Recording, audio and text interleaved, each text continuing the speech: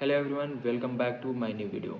So guys, myself Diwakar Singh and I am a pharmacy graduate and currently I am pursuing M.Pharm in pharmaceutics. So दोस्तों मैं आपके साथ कुछ experience share करना चाहता हूँ अपना। अगर आप भी बैचलर इन फार्मेसी कर रहे हैं या करने वाले हैं, आप चाहे फर्स्ट ईयर में हो, सेकेंड ईयर में हो या थर्ड ईयर में हो, तो आपको कुछ चीज़ें हैं जिस पर बहुत ज़्यादा फोकस करना है। अगर आप आगे चल के हायर स्टडीज़ करना चाहते हैं, एम फार्मा करना चाहते हैं, पीएचडी करना चाहते हैं या किसी भी गवर्नमेंट फार्मासिस्ट एग्ज़ाम के लिए प्रिपेयर करना चाह रहे हैं या फिर चाहे ड्रग इंस्पेक्टर एग्ज़ाम के लिए प्रिपेयर करना चाह रहे हैं, तो आपको कौन सी बातों को ध्यान रखना है, कौन सी गलतियाँ जो मैंने की जो आपको नहीं करना है, मेरी गलतियों से आपको सीखना है। तो अगर आप अपने बी फॉर्म के फर्स्ट ईयर या सेकेंड ईयर या थर्ड ईयर में हैं तो आपका ये गोल्डन पीरियड चल रहा है।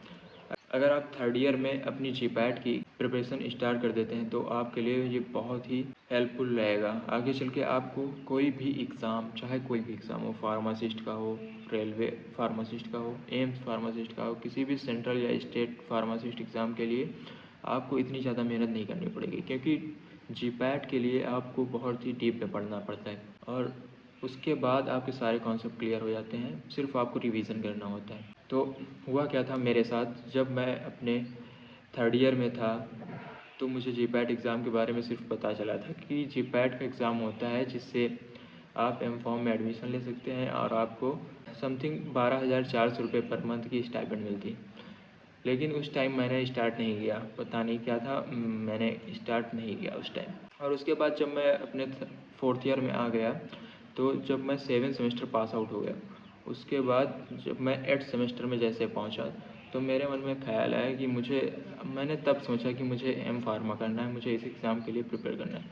तो मैंने सिंपली जीडीसी का बैच ज्वाइन किया, जो कि जीपैट के लिए और फार्मासिस्ट एग्ज़ाम के लिए बहुत ही पॉपुलर है। और फिर किसी तरह मैंने जीपैट क्वालिफ़ाई किया। हालांकि 8 सेमेस्टर में बहुत सारे काम होते हैं, प्रोजेक्ट वर्क भी होता है कॉलेज का और सेमेस्टर एग्ज़ाम्स भी होते हैं, तो इतने अच्छे से प्रिपेयर नहीं कर सका मैं, लेकिन किसी तरह मैनेज किया। बहुत सारी बैकलॉग्स हो जाती थी, लाइव क्लास मिस हो जाती थी और उतना प्रॉपर टाइम नहीं दे मिलता था। तो मेरी जो है रैंक समथिंग 4200 के पास आई थी, जो कि बहुत ही अच्छी रैंक नहीं है, बहुत ही मतलब कह सकते हैं सिर्फ क्वालिफाई हुआ है। तो आपको क्या करना है कि आपको थर्ड ईयर या फोर्थ ईयर तक की हर हाल में, मतलब फोर्थ ईयर में 7 सेम में आने तक की हर हाल में आपको जीपैट की प्रिपरेशन स्टार्ट कर देना है और इसका बेनिफिट आपको आगे चल के मिलेगा। आपके मन में कोई रिग्रेट नहीं रहेगा अगर आप गवर्नमेंट फार्मासिस्ट एग्ज़ाम की प्रिपेयर करना चाहते हैं। अगर आप प्राइवेट सेक्टर में जाना चाहते हैं तो वहाँ पर कोई भी इशू नहीं आएगा, लेकिन आप अगर हायर स्टडीज़ करना चाह रहे हैं या तो गवर्नमेंट फार्मासिस्ट या ड्रग इंस्पेक्टर के लिए प्रिपेयर करना चाह रहे हैं तो आपको वहाँ पर उसका एडवांटेज देखने को मिलेगा।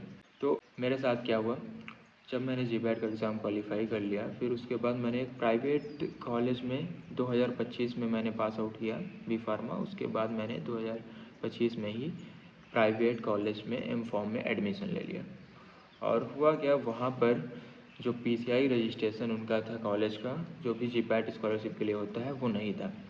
तो अभी मैं सेकेंड ईयर में हूँ और अब जाके अभी बहुत ज़्यादा 8 से 10 दिन हुआ होगा कि कॉलेज का जो चेकर और मेकर आईडी वगैरह होता है, जो बनता है, जो पीसीआई स्कॉलरशिप के लिए अप्रूवल के लिए लगता है, वो जाके हुआ है। अब कॉलेज से जाके मेरा स्कॉलरशिप का जो भी है वो फॉरवर्ड हुआ, अभी पीसीआई से पेंडिंग है। तो आपको अच्छा कॉलेज जीपैट के थ्रू भी मिलेगा। अगर आप अच्छी रैंक लाएंगे तो अच्छा कॉलेज मिलेगा, स्टाइपेंड अच्छी बढ़िया सही टाइम से आएगा। तो ये सारे एडवांटेज हैं। और उसके बाद क्या हुआ, मैंने साथ ही साथ में मैं कॉलेज नहीं अटेंड करता हूँ, मैंने ऐसे ही नॉट अटेंडिंग के लिए एम फार्मा ऐसे सिलेक्ट कर लिया मैंने करने के लिए। फिर क्या हुआ, आरआरबी फार्मासिस्ट में उतनी टाइम एक नोटिफिकेशन आया हुआ था। हालांकि उसमें जो है रजिस्टर्ड फार्मासिस्ट एलिजिबिलिटी ले रहे थे, यानी कि आपका पीसीआई रजिस्ट्रेशन होना चाहिए, लेकिन उसमें जो है रजिस्ट्रेशन नंबर फॉर्म फिल करते टाइम नहीं ले रहे थे, कुछ भी ऐसा नहीं दिया हुआ था, सिर्फ नोटिफिकेशन में लिखा था कि आप रजिस्टर्ड फार्मासिस्ट होने चाहिए। तो मैंने फॉर्म फिल कर दिया।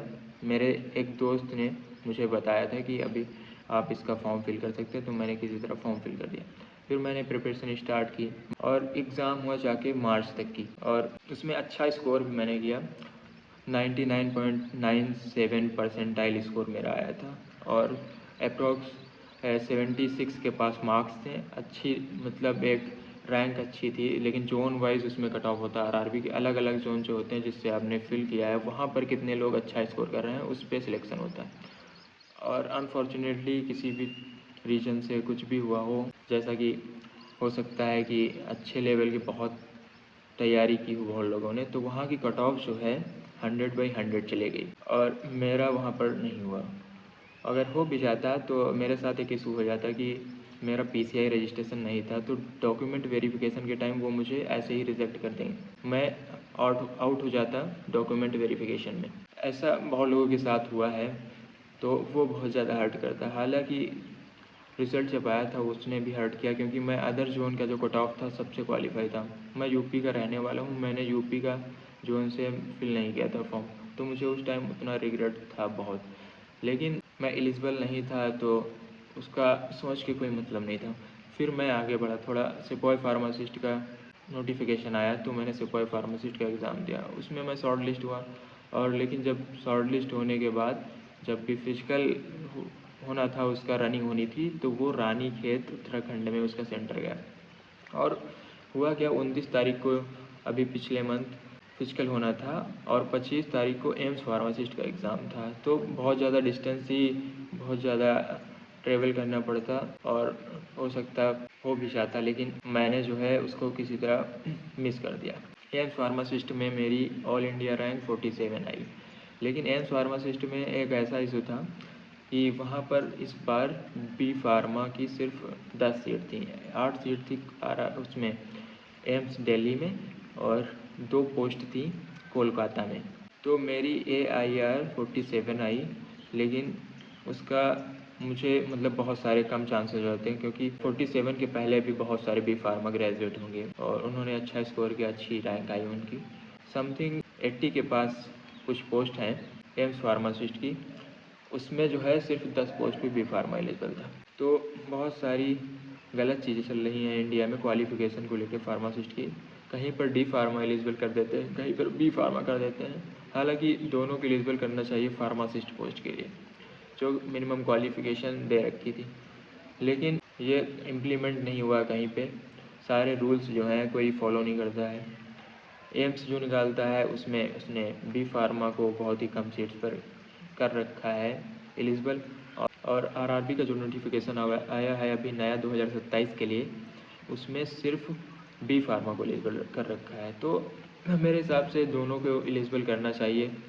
बाकी जिसकी अच्छी प्रिपरेशन होगी, जिसका मतलब जो कंपटीशन को बीट करेगा, उसको सिलेक्ट करना चाहिए। तो ये सब रहा मेरे बारे में। और उसके बाद क्या हुआ था, मैंने इधर अभी गेट का एग्ज़ाम क्वालिफाई किया हुआ है। अगर ये सारी प्रिपरेशन मैं पहले से करता तो उस टाइम मेरा गेट का एग्ज़ाम क्वालिफाई हो जाता। जनरल रैंक से मेरा क्वालिफाई हो गया, उससे अबव ही मार्क्स आए थे उससे, तो मुझे कोई सेंट्रल यूनिवर्सिटी अच्छी मिल जाती। सेंट्रल यूनिवर्सिटी मुझे मिल रही थी, सिर्फ जीपैट का जो है कम रैंक होने की वजह से मुझे नहीं मिला था। तो ये सारी चीज़ें बहुत ही रिग्रेट करती हैं बाद में। तो आप अपनी प्रिपरेशन को अभी से बूस्ट कीजिए।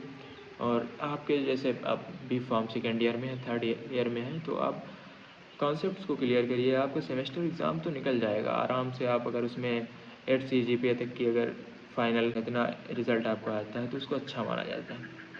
तो वर्क कीजिए अपनी कॉन्सेप्ट्स पे, कॉन्सेप्ट्स क्लियर करिए और जीपैट एग्ज़ाम के लिए प्रिपेयर करिए अगर आपका ड्रीम है हायर स्टडीज़ के लिए और गवर्नमेंट फार्मासिस्ट एग्ज़ाम के लिए। हो सकता है आगे बहुत सारे अच्छी अच्छी वैकेंसीज आएँ, अच्छी पोस्ट आएँ, बस यही एक होप है। So thank you everyone for watching this video. Take care, bye bye. पढ़ते रहिए और मेहनत करते रहिए।